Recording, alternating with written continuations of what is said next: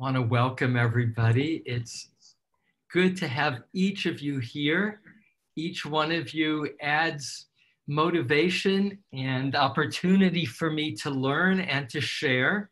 Today, we're looking at Psalm 31, a psalm that's a bit longer than those of recent days in that it's 25 verses, but it's a psalm which has in it some of the most famous lines quoted in Psalms. Among those is verse 6, Biyadcha avkid ruchi, into your hand I entrust my spirit. That's the beginning of the last line of Adonai, the popular closing prayer of many of our services. And remarkably, the Adonai was originally or more identified with death, with this image, into your hand I entrust my spirit. So Adonai was recited as a casket was borne to graveside. It's also attributed to Jesus as his last words on the cross. So Luke explicitly quotes, into your hand I entrust my spirit, or in the King James Version, I commit my spirit, as the last words. But there are others in the Christian tradition. Saint Stephen, that, by the way, of Jesus saying it is Luke chapter 23, verse 46. And in Acts 5:59, Saint Stephen paraphrases it. And later, famous Christian leaders like Saint Bernard, Jerome, and Martin Luther are said to have said these words, verse 6 of 31, as their dying words. There are other important lines, so I'll just share a few. Verse 16, into your hand are my times. That's been put to many, particularly Christian spirituals. Or 17, shine your face on your servant, another popular spiritual. But I want to, as part of the introduction today, look at one of those other lines. Verse 7 will read, in Adonai I trust, which sounds like because Adonai is God, in God we trust. And so I did a little research on this phrase, in God we trust. And sure enough, if you look at Wikipedia, they do acknowledge that a similar concept is in a variety of places in the Bible. Psalm 118, verse 8, Psalm 40, verse 3, Psalm 73, verse 28, Proverbs 29, which all have this expression of it's good to trust in God. But specifically the phrase, in God I trust, is this verse 31, 7. Another comment that I didn't know until I researched it, in God we trust, is our national motto. It is a motto that is usually in American history linked to the original Star-Spangled Banner of Francis Scott Key of 1814. For the last, there's 4 stanzas. Our baseball celebration is really only the first stanza, but there are 4 stanzas. And in the original, toward the end of the last stanza, you get the line, and this be our motto, in God is our trust, and the Star-Spangled Banner in triumph shall wave. And so during the Civil War, there was apparently a rise in religious sentiment, and it began to be put onto coins just after the Civil War, this motto, in God we trust. It's still on our coins. On the front side, for instance, of this quarter is in God we trust. But after World War II, back to there are no atheists and foxholes, President Eisenhower in 1956 signed a order that "In God We Trust" will be our national motto formally, and that it is to be printed on all paper bills henceforth. And so every paper bill, a $1 bill, a 5, a 10, going up, all has on the back, "In God We Trust." So that's just more a prep that I found a fascinating aside, because Bible, what I find fascinating, because Bible is holy text, shared text. It's prime for Christians as well as Jews. Lines will be taken out, as in this case, "In God we trust," verse 7, "In God I trust," and will ripple forward. And so Psalm 31 has some of the most enduring lines of Psalms, and yet this psalm is a psalm that is, when read in its entirety closely, is nuanced. And I'll say this too by way of introduction. We all have lenses with which we read all the more religious statements. They are, in the case of Psalms, words to God. And as we read these words and try to personalize them, how we read them, how we sense the texture, is a product of how we relate to God. And for many, Psalm 31 is a portrait of faith. In God I trust. For others, particularly contemporary readers, there is ambiguity in that trust, specifically as how the psalm unfolds. It starts triumphant, it starts confident, but not unlike Psalm 27 and Psalm 17, there is tension, there are cracks. And that's what I want to share with you. And then I want to come back at the end to talk about how I read Psalms as a modern seeking expression to God. But let me, before I read the Psalm, point out the structure. I don't know if you have it. I would invite you in the future to print it out in front of you when you get it, only because it'll be easier for you to have it in front of you. In a moment, I'm going to open it up on the screen. Let me do that right now so I don't forget. And one moment. So Psalm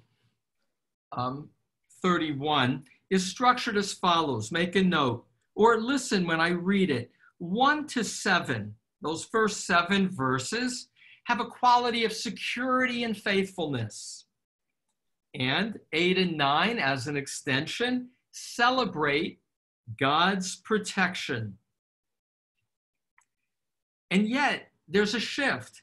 10 to 14 describe dire trouble. 15 picks up the address to God, asking to be saved and his enemies silenced. The last section is verses 20 to 25, but those are 6 verses that are, if you will, 3 couplets. Verse 2, 20 and 21, he's faithful to his devotees, to God's devotees. 22 and 23, God answers. 24 and 25, looking forward, I wait patiently. Now there is 2 things to note in terms of that flow. In the beginning, God will say, destroy my enemies, make my enemies mute. But in that middle section, actually kind of part 3, it's simply protect me. And at the end, there's this sense of hope in the future, leaving open the question, isn't it already done? Because the beginning of the psalm sounds like God is, like this is a psalm of celebration of victory, and then it shifts to being in distress. Now, some classic commentators say that's because this is a renewed conflict, hence a renewal of the plea. But others say not necessarily.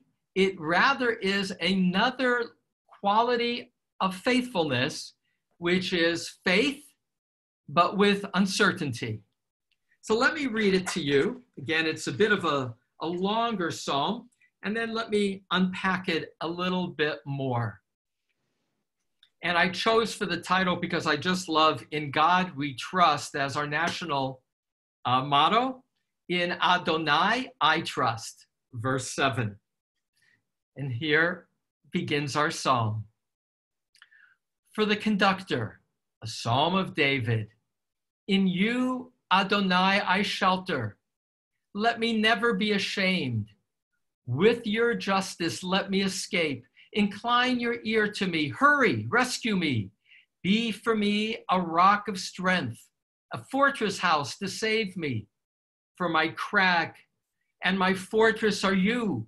For the sake of your name, comfort me and lead me. Extract me from this net which they hid for me. For you are my stronghold. Into your hand I entrust my spirit.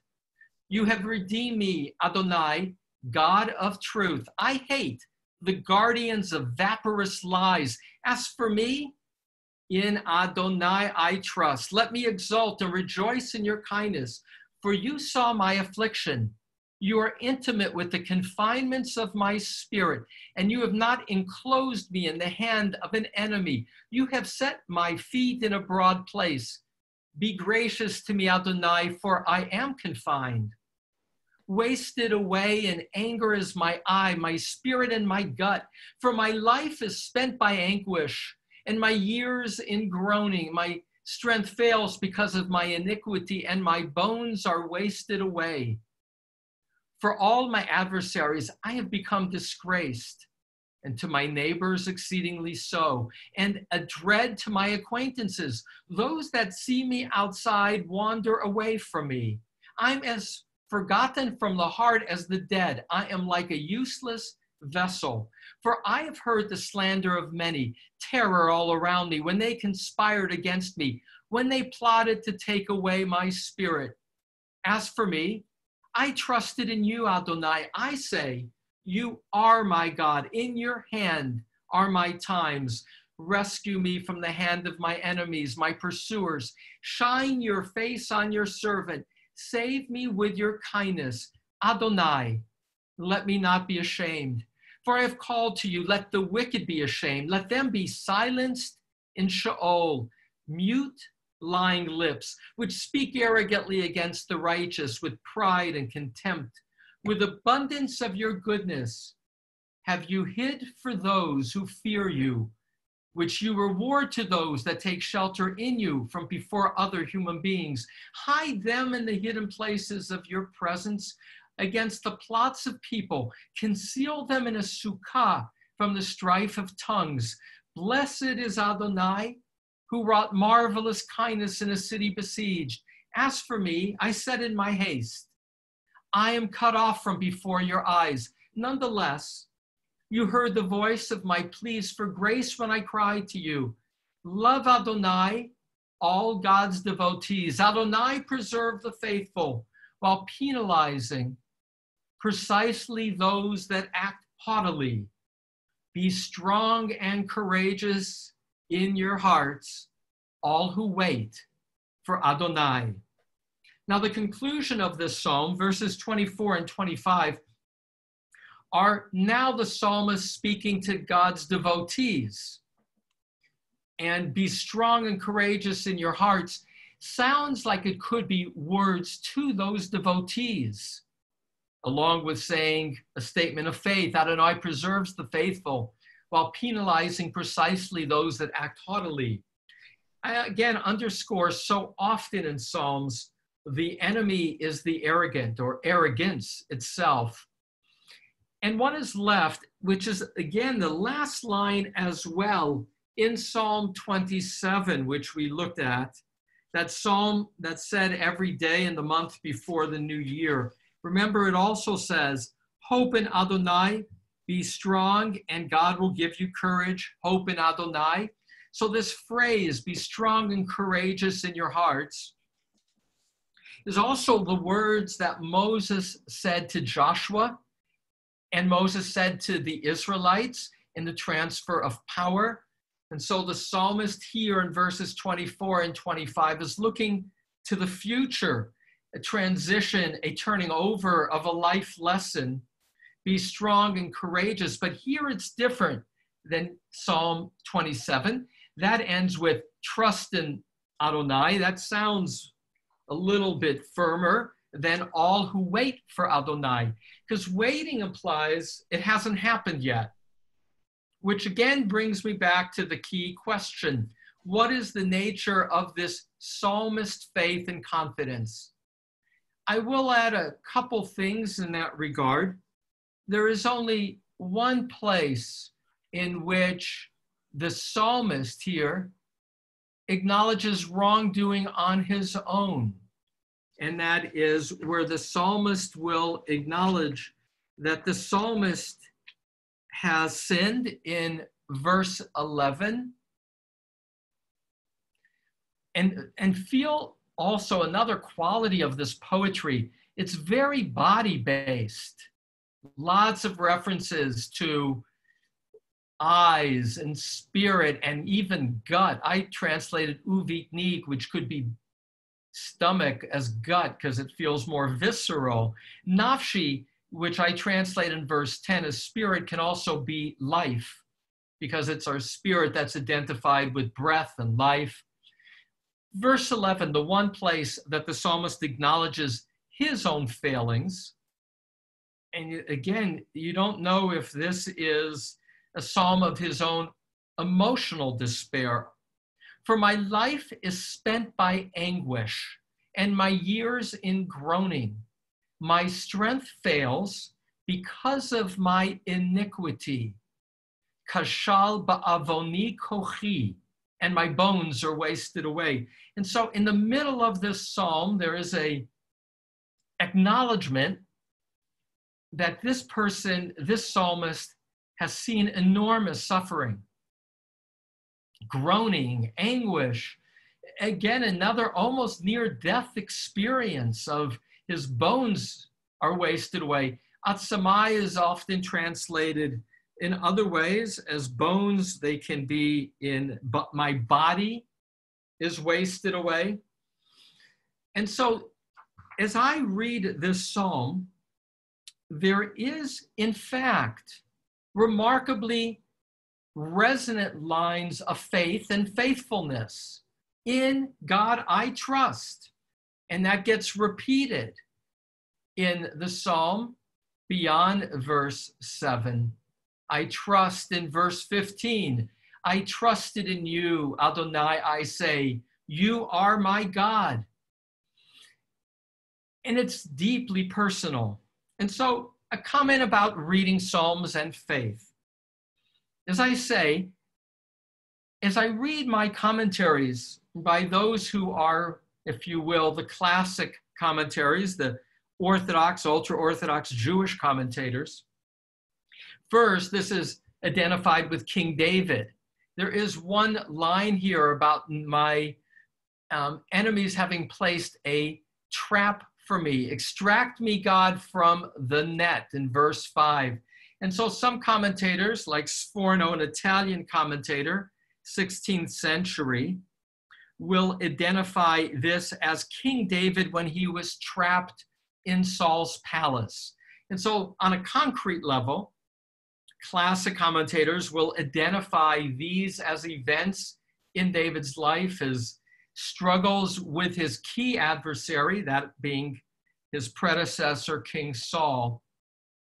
But the psalm in the introduction, even a modern, like my colleague Martin Cohen, a conservative rabbi, formerly of Mission Viejo, now for many years in Long Island, has a beautiful translation and commentary to Psalms. He will say of this psalm, it is a bedrock of unflinching faith. So he sees this as a statement of the Psalter, trusting in God. But Benjamin Siegel, another conservative rabbi and a former dean of the rabbinical school of the conservative movement in Jerusalem, he's the literary analyst who I turn to for structure of psalm and a quality of content that comes with looking more closely at the flow of a psalm. And as I noted in the introduction, in looking at the flow, here there is a shift where the first half of the psalm has God saying, destroy, make my enemies mute, save me from my enemies, as if the enemies God will obliterate. But later in the psalm, it shifts to simply protect me, if you will, a lesser request. If you're not going to wipe them out, just keep me safe. Now, what does that say about the yearning and the nature of trust? And then at the end, there's this sense of, okay, let's wait. I'm waiting. And that closing line, is the Psalter speaking only to others, or is he also himself waiting? Be strong and courageous in your hearts, all who wait for Adonai. Is that himself still waiting, fully waiting for what he yearns for? I am very influenced by a book by a business consultant, Stephen Covey, a Mormon, 9 children, who wrote a book called 7 Habits of Highly Effective People. Very useful book about how to prioritize what's important in contrast to what is seemingly urgent, and make a distinction between important and unimportant as a leader. Another important line for me is you must hear to be heard, and that influenced my mode of counseling, which is the importance of listening before speaking. And he said one more thing that endures. He said more than one, but he said that wisdom has 3 phases: simplistic, complex, and then simple. Simplistic are people who kind of look at things as black or white. That's really simplistic. It's childlike thinking, good or bad. Complex thinking acknowledges different facets, and that life is not black or white, but if you will, in color, with many different shades and different colors. It's complex. But the higher level, the 3rd level of wisdom, he says, is simple. Simple is being able to discern the essence and to extract it from the complexity. It can look like the simplistic, but it's not. For the simple knows that this is the essence and not the whole story with all the complexity, which is real. And so applying that to this psalm, there are some who see this psalm, from my point of view, simplistically. This is absolute faith. Others who see it in its complexity, where different points of view, different levels of certainty, qualities of certainty, with some elements of doubt, are present. And yet I come to that last level, which is to say, what is the wisdom of this psalm? What's its essence? If you will, what is the simple of Psalm 31? And there I return to where I started. This is a psalm about, in Adonai I trust. It's a psalm that deals with physicality, body parts, particularly those around speech. God, mute my enemies, mute the arrogant, those who would plant a trap for me, who would use slander against me. There is that sense in the end that in a dangerous world, a world that is uncertain, a world that has good times and bad times, ultimately the bedrock, my fortress. Those are both words that get repeated. My shelter, my sukkah. The place of my security is ultimately my trust in God. Last, about trust. Trust of a religious kind is just that. You know, if you ask why you trust another person, what you might do is you might begin to cite ways in which they have acted caringly for you. But at the end, those are only examples of why you trust. Ultimately, it's visceral, it's intuitive, and you're willing to take great chances for it. It is, for God, even more so, an element of an axiom. Just like in math, for math to work, and this is the foundation for a wonderful historical novel by Milton Steinberg called As a Driven Leaf. There, the protagonist wants to know the foundation of faith. And he ultimately, I'm giving away the punchline, comes to understand that even in the logic of Greek thought, even in mathematics, there have to be axioms. There have to be foundational assumptions to create a system of proofs. And so on a religious level, in God I trust is an axiom. You can't prove it. You can't prove that God will necessarily be there, will necessarily rid you of an enemy. But when one, as in this case, the Psalter, has that as his foundational axiom, in God I trust, he clearly lives life in a very different way of confidence in the future, that waiting is not indefinite, and that waiting will lead to a positive outcome for those who are indeed Hasidim, the devotees of a God who sees, rewards and punishes, and embraces. And so with that, we're almost at our 10:30 slot. So with your indulgence, I would welcome going over 5 or 10 minutes for you to now react to this psalm, for you to say what about this psalm you find resonant, or in my description of the faith that underlies the words of the Psalter.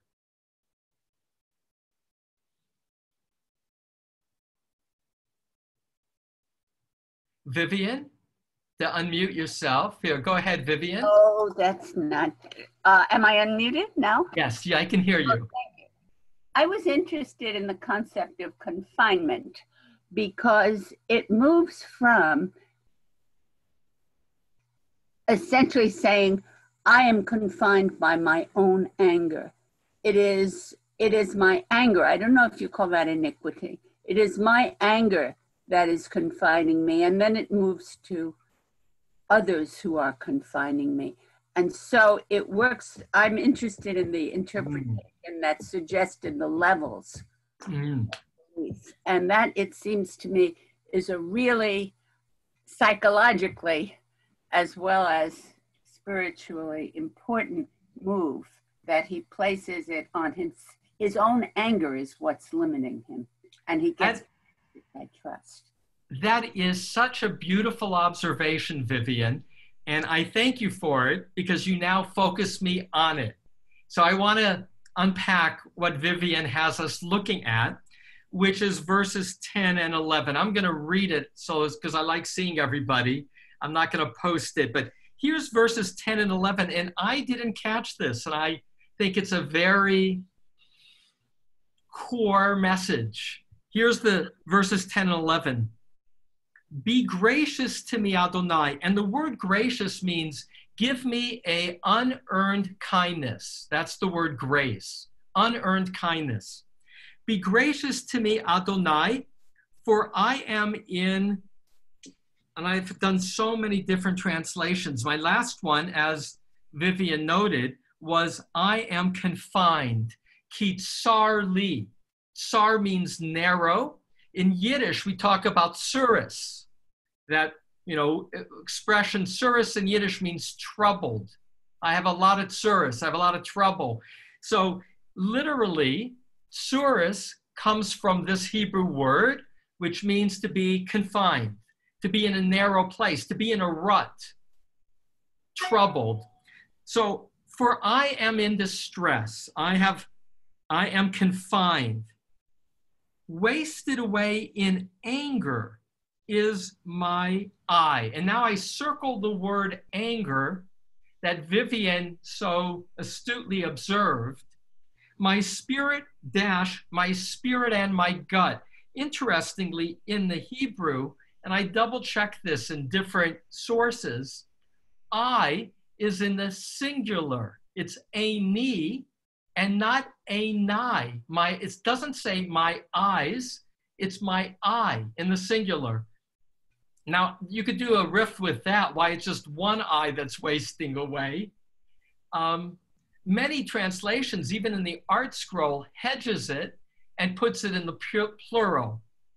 But back to Vivian's observation, he's wasting away his I, which is how he sees the world. But it's more than that, it's his spirit. That's what's behind the I, from my interpretation, and his gut, his stomach. That too is behind the I. Our visceral reactions determine how and what we see. But he's seeing in a way that's leading to him wasting away, but circle that word in anger. And then it continues, verse 11, for my life is spent by anguish, my years in groaning, my strength fails because of my iniquity, and my bones are wasted away. So he's truly fallen apart physically and emotionally here. And I now return. Somehow, anger seems to be the flame, ka'as, that somehow is what has burnt him, if you will. That is the fire that has diminished him. Now, we don't know here what it is that's created this fire. Is it his enemies? Again, there's the image here earlier of having been locked up. That's why I chose to translate this tsar as confinement. You get it in verse 8. You're intimate with the confinements of my spirit. Yadata, and I say intimate because Adam yada et Chava ishto. Adam knew Eve, his wife, and the rabbis say that's a euphemism for physical intimacy. And so whenever in the Bible you get the word yada, it's a quality of knowing that is intimate knowing, not just physically, but a closeness.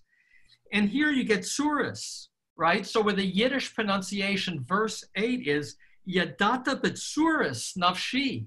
You are intimate with the confinements of my spirit, with the confinements of my life. It's not clear what is the nature of the confinement. As I shared, classic commentators would say, oh, this is the imprisonment of King David by Saul. But we know psychologically that depression feels like you're in a narrow place. You are in a rut. You are hopeless because there is no change possible. Those are the images of depression. And so I'll circle back to say, part of the power of these poems is that they are both deeply personal and universal, and are universal precisely because we don't know what is the source of the anger. But what we do know, and it's a beautiful insight that I did not see any commentaries on, Vivian, in my 6 or 7 readings, but I love it because I know the power of unbridled anger as a fire that consumes us. You know, that's the image used by Harold Kushner, that when you hold on to an anger against somebody else, he says, it's like holding on to a flame, and you're holding on to it in anticipation of throwing the fire at them, But in the meantime, you get burned. And again, that image of Ka'as is dangerous. Thank you. Thank you for noting that his suffering is linked to his own anger. One last comment before I pull this together in a closing Kaddish. Pat, was that your hand? Okay, I'm going to unmute you, Pat. Go ahead. So that was a completely different perspective. When I read verse 11, yeah, I see regret. And that the confinement he might be speaking of, just in my thinking of it, be the confinement of his spirit within his physical body, that he's confined and subject to the emotions and the senses, the feelings that he has, and some of the regrets that he's had for the things he's done in his past. To me, that those things have been somewhat of a divider from God for him. So that's just the way I looked at it. Might be more of the simplistic view, but anyway. It's not a simplistic view at all.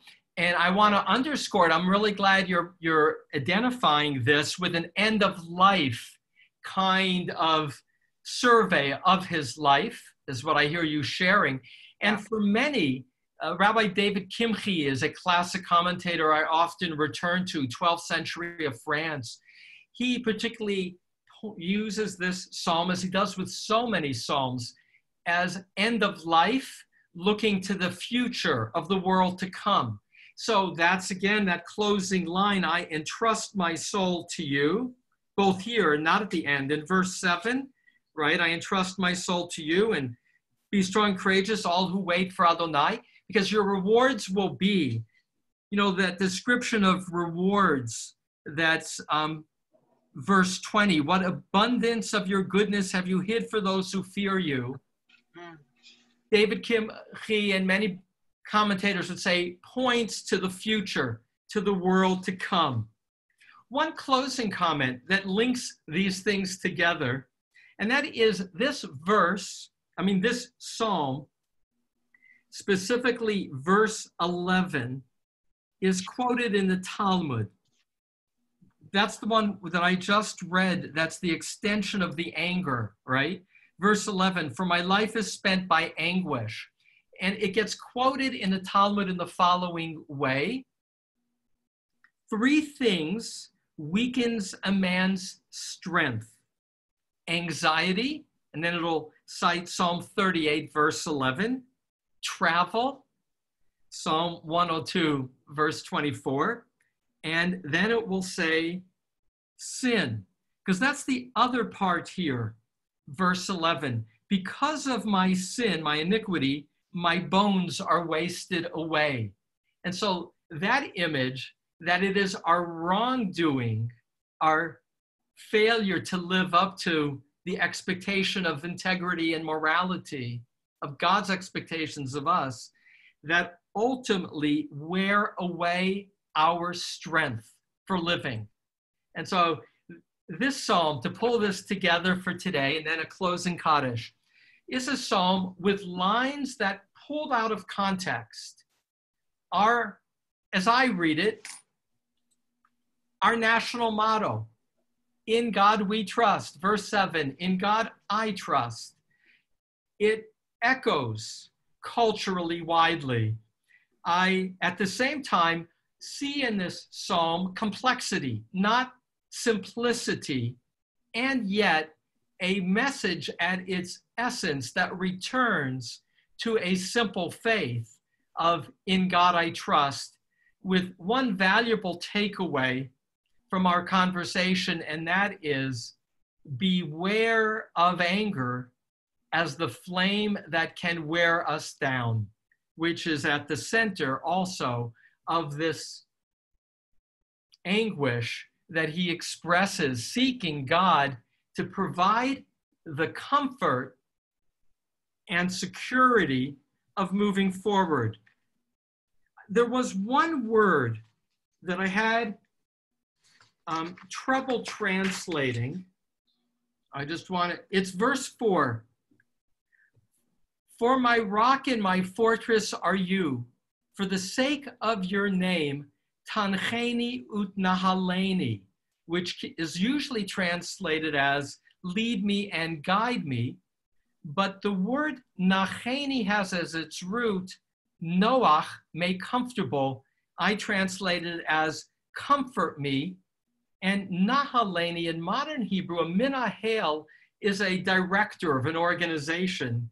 So I translated it as oversee me, comfort me and oversee me, as what is being sought in response to his own anguish.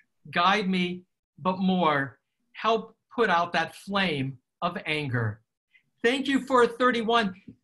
Here's the coming attractions tomorrow. Psalm 32, God speaks to the Psalter, and God will say, do not be like a horse or a mule with a bit in your mouth, guided. So it's different to hear God responding.